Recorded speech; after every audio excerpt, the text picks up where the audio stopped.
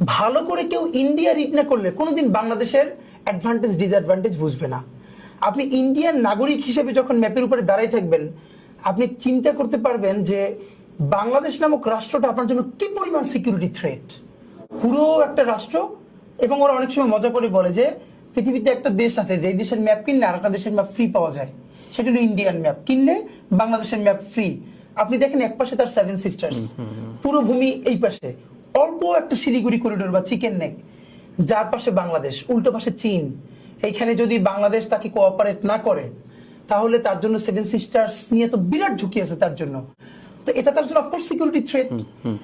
বাংলাদেশের ছোট্ট জমিনে প্রায় 20 কোটি মানুষ, এটা যদি অশান্ত হয়ে ওঠে, ইন্ডিয়া কোনোদিন স্থিতিশীল থাকতে পারবে না, কারণ তার এক পাশে স্বাধীনতা আন্দোলন বহুদিন ধরে চলে এবং সেটাকে আবার হেল্প করার জন্য অনেক দেশ বসে আছে।